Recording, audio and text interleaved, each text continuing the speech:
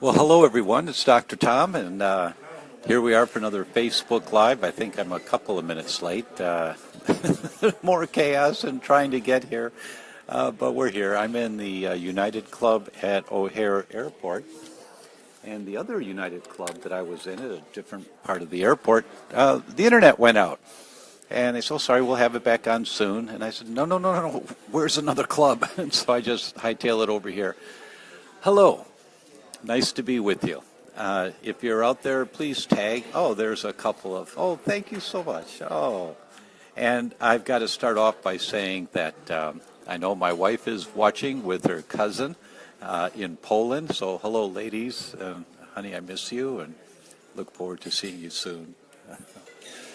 Too soon. Not soon enough. Not soon enough. So hello.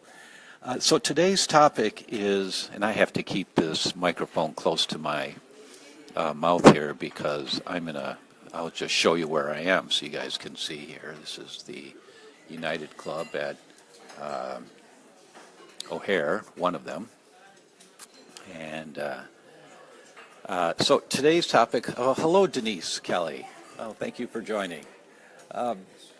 When is it safe to eat other grains on a gluten-free diet?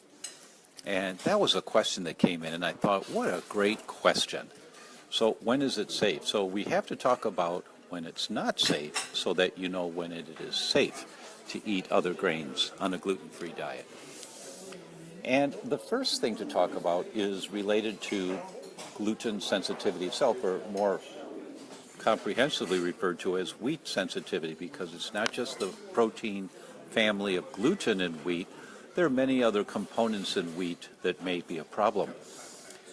There are lectins, there are morphins, they're called gluteomorphins, and prodynorphins.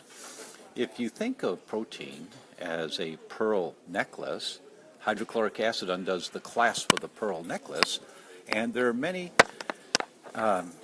Now you have a string of pearls.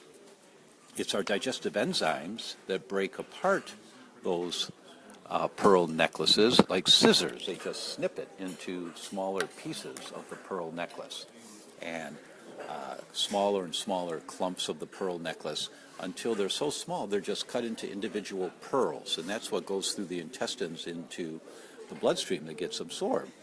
Because the inside lining of your intestines has a cheesecloth that only lets really small molecules get through. And Karen Stone, hello Karen Stone. And Ines Patterson, oh, thank you so much. Hi, Ines. But Ines, I spell my name Obryan. Thank you for that. So our enzymes break that pearl necklace into smaller pieces of that protein, smaller pieces of the pearl necklace, until they're individual pearls. Those are called amino acids. And that's what our body uses, gets in the bloodstream, and our body uses it to make bone cells, brain cells, muscle cells, and enzymes and everything else. The amino acids are the building blocks of protein. Hubert Lee. Hi, Hubert. Oh, thanks so much. Thank you. Thanks for saying those nice words. Thank you. So, the inside lining of the intestines is lined with cheesecloth, and so only really small pearls can get through, not those big clumps. The problem with wheat is that no human can break it down into each of the small pearls of the pearl necklace. The best we can do is to break it into clumps of the pearl necklace. Every human, that's the best that we can do. We don't have the enzymes. We don't have the scissors to break it into the smaller pieces. Now what happens with those clumps of the pearl necklace is that they're inflammatory, they cause more inflammation, and that tears the cheesecloth. And when you tear the cheesecloth, you get clumps of the pearl necklace getting through into the bloodstream. Those are called peptides. And when you have peptides in the bloodstream, your immune system fights those. And if it's gluten, you get antibodies to gluten, or if it's lectins, you get antibodies to lectins, and it just depends on which clump of the pearl necklace gets through the tears in the cheesecloth as to which antibodies you will make. The newest blood tests out now, the most comprehensive blood tests looking for gluten sensitivity or wheat sensitivity now, are called the wheat zoomer. You can see it on our website, the Wheat Zoomer. By far, it's the most sensitive, most accurate, most comprehensive test for wheat sensitivity that's out there today. And some of the different peptides or clumps of the pearl necklace that are checked in the Wheat Zoomer have a bearing to today's question, when is it safe to eat other grains on a gluten-free diet? So, hello, Carolyn Salvi. Hi. So, two of the peptides of poorly digested wheat, if they get through tears in the cheesecloth, are called gluteomorphins and prodynorphins. And they're called morphins or norphins because they bind onto opiate receptors like morphine does. So they bind onto these receptors throughout your body that your body thinks it's getting a little bit of morphine. It gets a buzz from it. So if you have elevated antibodies to gluteomorphins or prodynorphins, when you do the right type of test, and comprehensive testing, if you have elevated antibodies to these peptides of wheat from poorly digested wheat, then you're likely to have a more difficult time giving wheat up. Deborah Thurlow from Pennington, British Columbia. Hello, Deborah. Hi, thank you. And please let me know where you're from. It's so cool, when people say they're from Canada and Afghanistan and New Zealand and Sweden and France. So thank you for all of you for attending. So if you have elevated antibodies to prodynorphins or gluteomorphins, you're likely to have a more difficult time giving up wheat, and you're likely to want to cheat more often. So those people, you have to have patience. You really have to have patience with yourself and just keep taking baby steps. We have a whole online education program that we're putting together. You can see it now. You can taste it. Inez from Las Vegas. Hello, Inez. You can taste our new program if you go to thedr.com/gift, G-I-F-T. You can go in and take a look at our program for a full month. Oh, Carolyn, thank you. Thank you for your passion in this topic. You are an inspiration to all who want to feel better. Well, thank you so much. Thank you. Those kind of comments make it worthwhile to do this. Thanks so much. So once again, when you do a Wheat Zoomer or the Cyrex Array Number 3 test, which used to be the most cutting-edge test, it's still really a great test. Hello, Carolyn from Coeur d'Alene, Idaho. That's a beautiful place. That's a beautiful place. So if you have elevated antibodies to gluteomorphins or prodynorphins, then be kind to yourself in this transition. Don't expect that it's going to be easy like it is for some people. So back to eating grains. If you have elevated antibodies to wheat germ agglutinins, the lectins of wheat, then you're likely to have a sensitivity to other lectins from grains, which means that for you, other grains may also be a problem.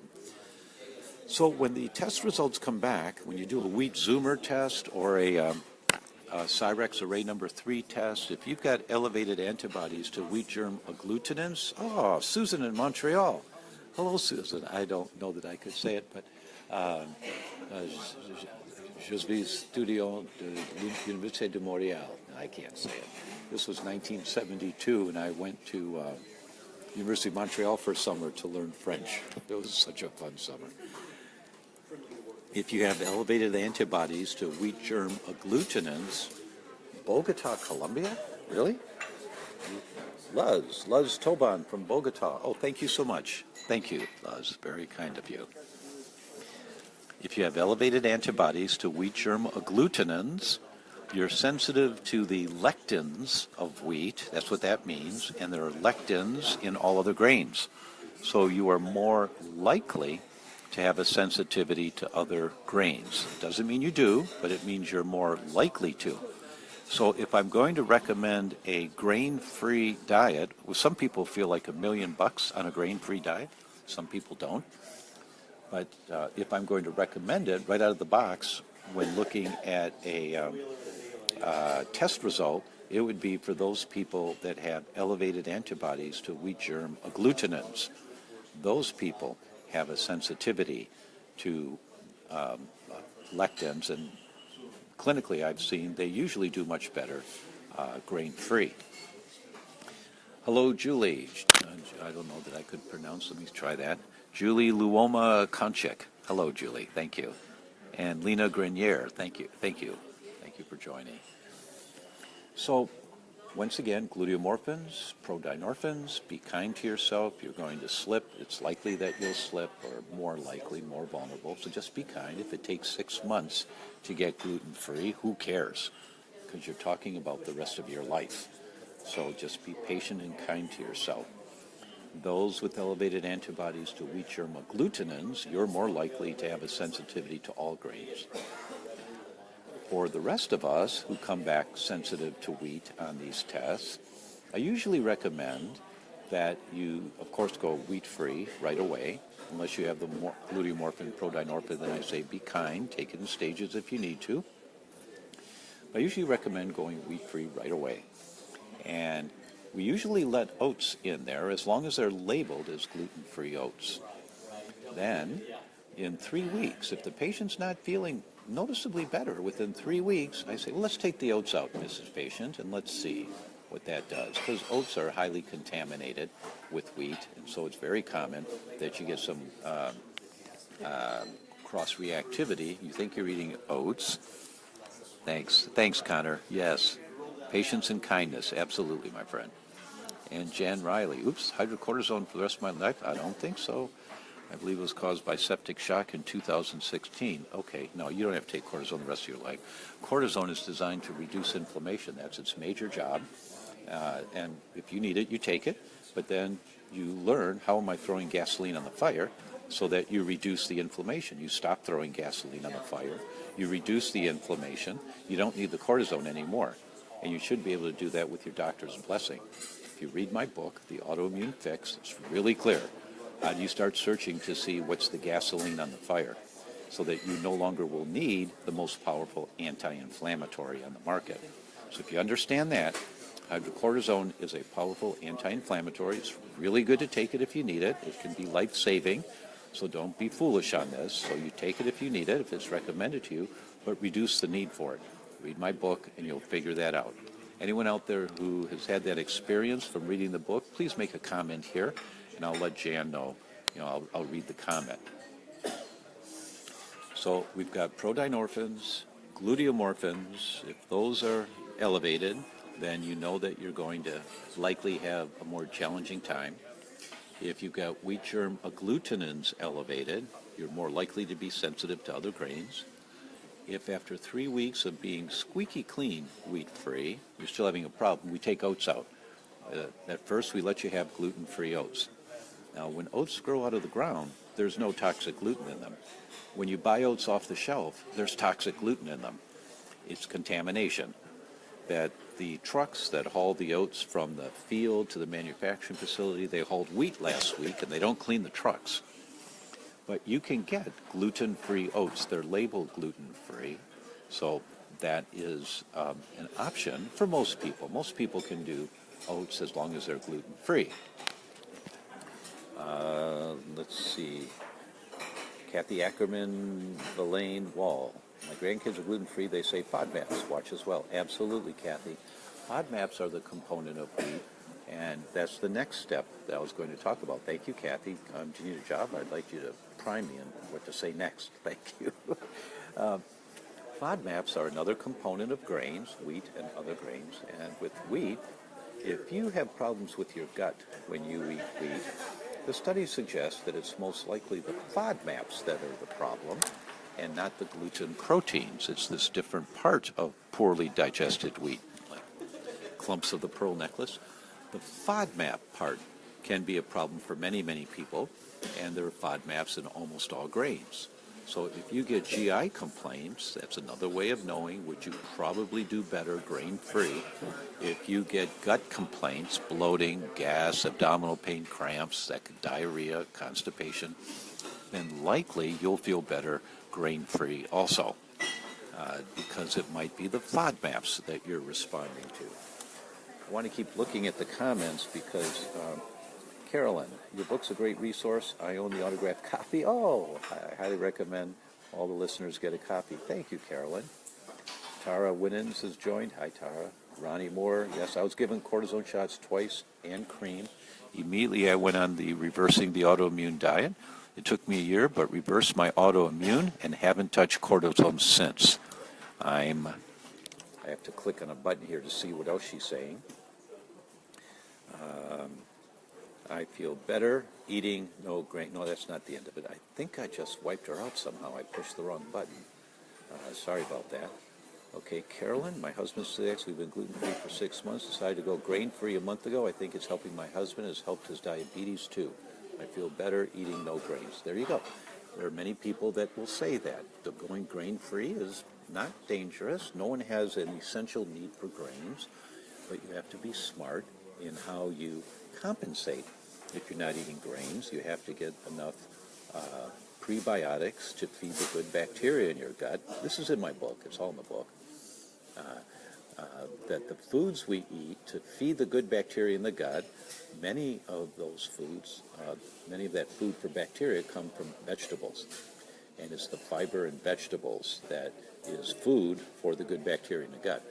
But also there are some grains that are prebiotics. Listen to this one, guys.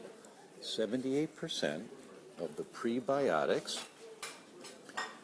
in the North American diet, the average North American diet, 78% of the prebiotics are wheat. When you take wheat out of your diet, you lose the prebiotics that you were feeding the good bacteria with, and you feel better going wheat-free. The inflammation goes down, but a few months down the road, you've lost so much of the good bacteria in your gut that the bad bacteria start wreaking havoc in there, and it can cause all kinds of problems. So you always have to rebuild your microbiome, the good bacteria in the gut, by feeding it with the right kind of vegetables and things, and we talked about that previously. You go back to one of the Facebook Lives and about rebuilding the gut, and you'll see it there. You always have to do that. Ronnie Moore, read the book. It's worth your health. Saves money on doctor appointments and meds. All right, Ronnie, thank you so much. You go, girl. Yes, it's like a cheerleader or something. Thank you. That's really nice. So we've got the gluteomorphins, the prodinorphins, the wheat germ agglutinins, the FODMAPs. Let's see.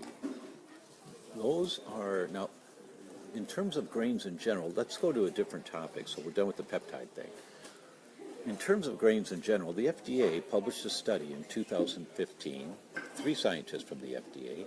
They looked at 286 different gluten-free products, and I think it was 187 naturally gluten-free products. That meant they didn't have any wheat on the label. It was rice, salt, and water, like rice cakes. And they did 2 different types of ELISA testing. That's the testing to see if there's wheat in a product. They did 2 different types of ELISA testing, and what did they find? They found in the naturally gluten-free products, in the labeled gluten-free products, 286 labeled gluten-free products, 98.9% of them were gluten-free.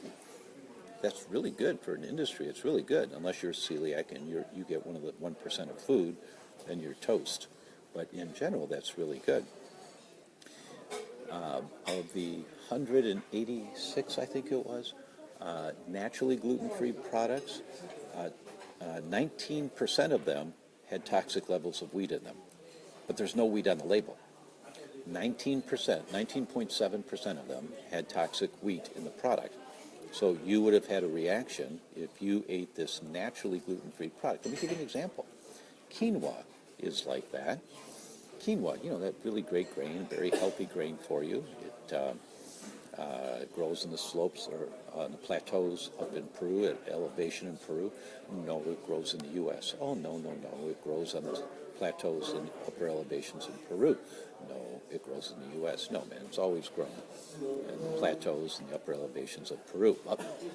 But about 15 years ago, 10 to 15 years ago, they started growing quinoa in the U.S., in the plains in the U.S. How did they get a plant that grows on plateaus at elevation in Peru to grow at sea level in the U.S. They crossbred it with grasses. And they did a study, and they looked at 15 different cultivars of quinoa, and they found 4 of them had measurable levels, toxic levels of wheat. But it's quinoa. And it wasn't contamination, extra molecules in there. It was in the product itself, in the grain itself. So quinoa is a seed, it's not a grain, but in the food itself. So you don't know what you're getting. So the amount of contamination out there is really a problem. It's a big problem. Just a minute. Bernice from Sherwood Park, Alberta. Hello, Bernice. Been a celiac since 2006. At the moment, I'm on macrobid 100 milligram because of resistant bacteria. What to do? Read the book, Bernice. That's a start. He'll give you the big picture overview. Then you might want to have a consultation with one of our practitioners, Michelle Ross, at thedoctor.com. Hello from Canada, Iveta. Thank you. Thank you very much. Andras Zabo from Hungary. Hello, Andras. What about flaxseed, rice, or coffee? Do they belong in the group of grains you think should be avoided? In the topic of, I'll get to rice in a minute. Flax seeds is just contamination for the lectins. If you have a lectin sensitivity, you likely will have a problem with flax seeds. So where was I? Oh, rice. Let's talk about the rice thing. In 3 of the last 7 sushi restaurants that I've gone to, I always ask them, please ask the chef if there's flour in the rice. And the waiter or waitress looks at me like I'm weird. And they'll say, oh, no, we don't have flour. I understand. Please ask. And sometimes you have to look them in the eye and be really straight about it. And 3 out of 7 times they've come back and said, oh, I'm sorry. Chef puts a scoop of flour in the rice, in the sushi rice. Makes it sticky. Same thing. There's a chain restaurant called J. Alexander's. I took my sister there for lunch about 2 years ago, and she ordered a piece of wild salmon. It was really good fish. And I said, how was that served? They said, oh, we served it on a bed of rice with some sauteed vegetables. Great. Ask the chef if there's any flour in the rice. And the waiter was a little obnoxious with me and said, oh, no, we don't do that. I said, I understand, but ask the chef. And I had to be a little direct with them, but it's your life. You need to protect yourself. He came back and he apologized. He said, I'm sorry, sir, I thought that was a foolish question, but it turns out chef puts, it's in the recipe, they put a scoop of flour in the rice. Makes it sticky. And you'll never know that's happening. You will never know unless you ask. So that it's not safe. And I've known this for years, that it's not safe. Judith Bedex. Yes, great book. The most reliable resource anyone can have. Thank you. Have a nice travel. I missed from the beginning. What is your destination today? Oh, thanks, Judith. I'm going home. I realized I haven't been home for more than 3 or 4 days in months. I'm going home now for 10 days, so that'll be great. And Beatriz Pardo from Mexico. Hello, Beatriz. Hello, thank you for joining. And Ranim from Arizona. Thanks, Ranim. Great topic. Yes, thank you so much. Thank you so much. So I've known about this contamination for years. Here's a statistic that's just scary. If you're a celiac, only 8% of celiacs heal. Only 8% on a gluten-free diet. Now, the microvilli grow back. They get flattened microvilli. The shags become Berber. And when you go gluten-free, the shags will grow back, but they still have severe intestinal permeability. Only 8% of them heal. And I've known this for years. And it's the cross-contamination and the exposures that you're getting that you don't realize you're getting. Little candies that you have every once in a while when you want something to water your mouth or something. Many of those candies have wheat in them. Toothpaste has wheat in it. There's one study in a medical journal that a child who was really sick, celiac, they couldn't get him well. His mother was insisting they were squeaky clean gluten-free. Turns out it was his retainer from the dentist that they used wheat in the glue in the retainer. And they had to change out the retainer, and he got better really quick. So it's all of these exposures we have that cause this for us. I've known this for years, and all I've been able to say for years past was to keep the faith and just be vigilant. Be as vigilant as you can. And Ranim from Arizona. Hello, thank you. Yes, for that. And Beatrice, thank you. But now we have an answer.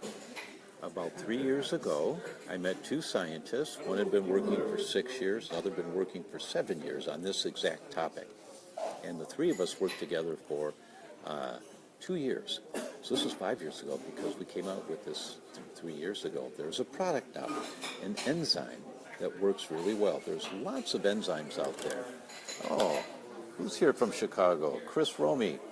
Dairy causes my body to feel inflamed and I avoid it, but I seem to crave dairy. Why would that be? Well, Chris, I've gone to school for many years, so I can tell you without hesitancy, don't eat dairy if it causes inflammation in your body. Why?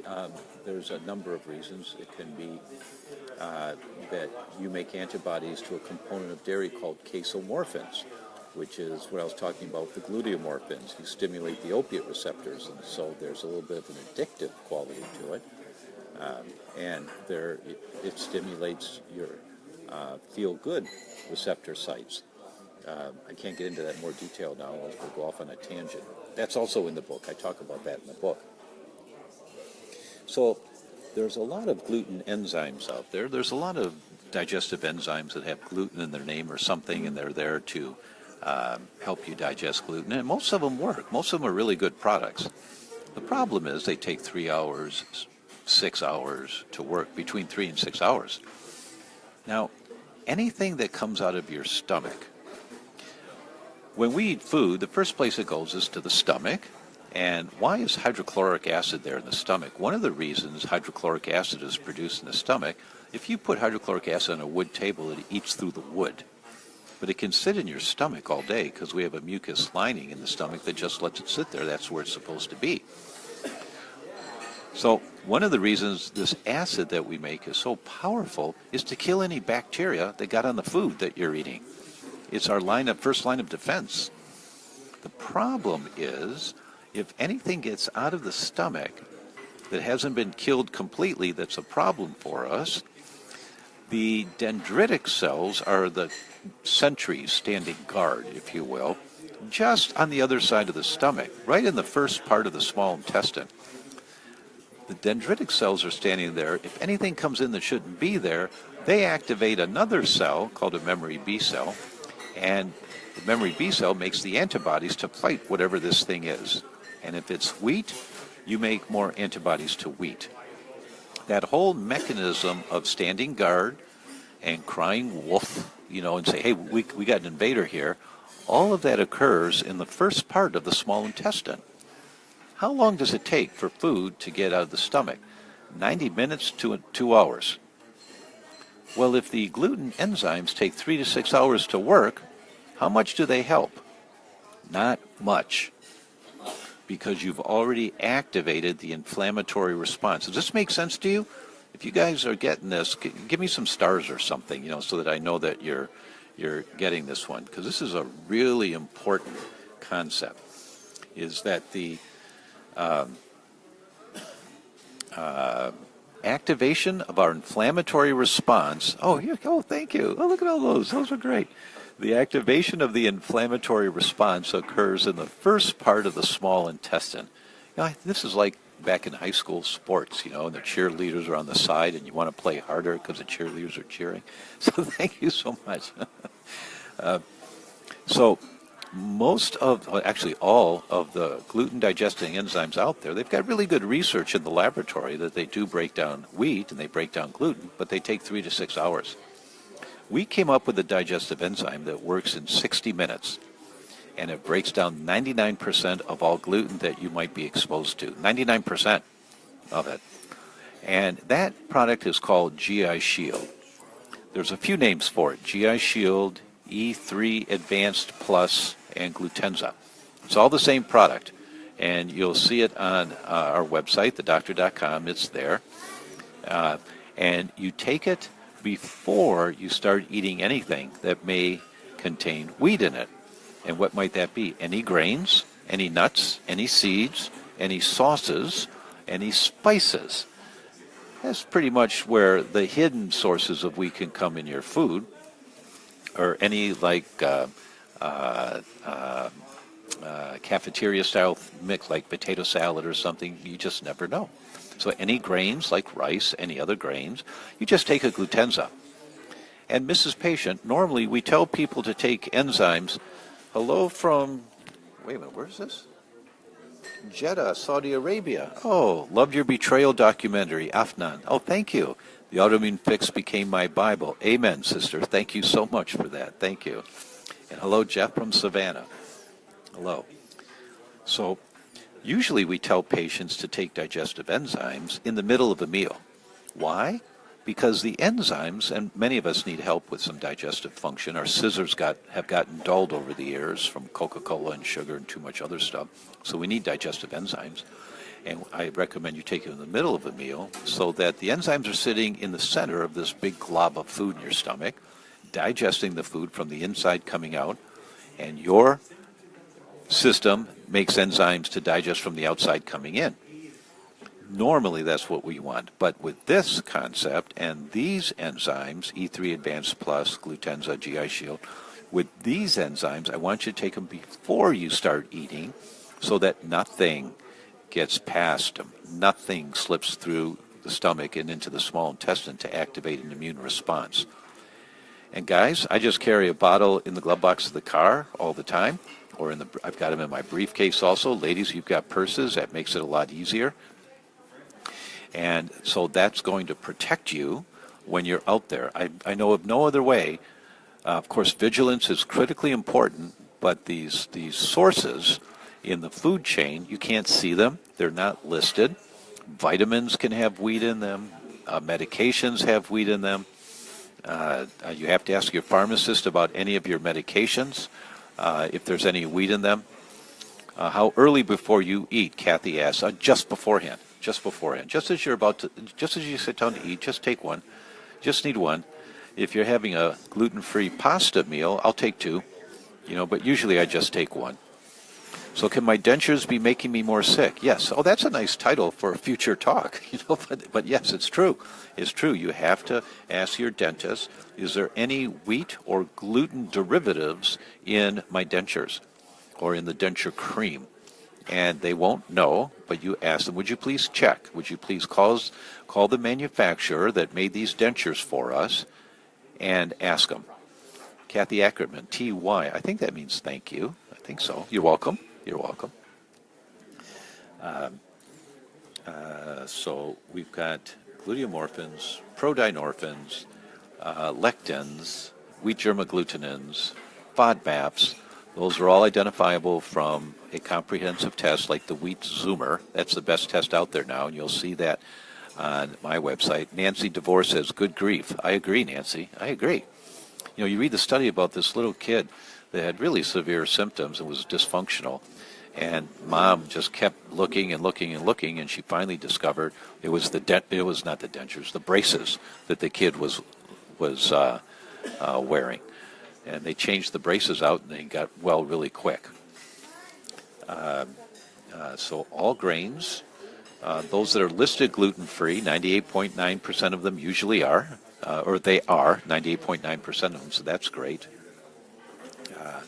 But if they're not listed as gluten-free, and they're just naturally gluten-free, 1 out of 5 of those have toxic levels of wheat in them.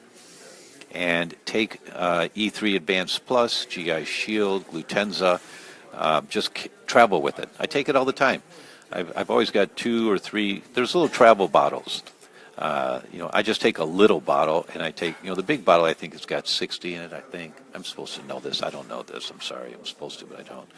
I think it's got 60, and I just put them in a little bottle that I travel with. And I always have a couple little bottles because I give one away. I always give one away when I meet somebody. We're talking about it. So that will help protect you. And the way you'll know, do the test, identify where the problem is, apply your principles, wait 6 months, recheck. Nothing is as important as rechecking. It doesn't matter that you feel better. Of course it matters that you feel better, but that is not the criteria to determine if you're done. if you're being successful. It's the elevated antibodies that make the difference. Karen Stone, you appreciate this information. You're very welcome, Karen.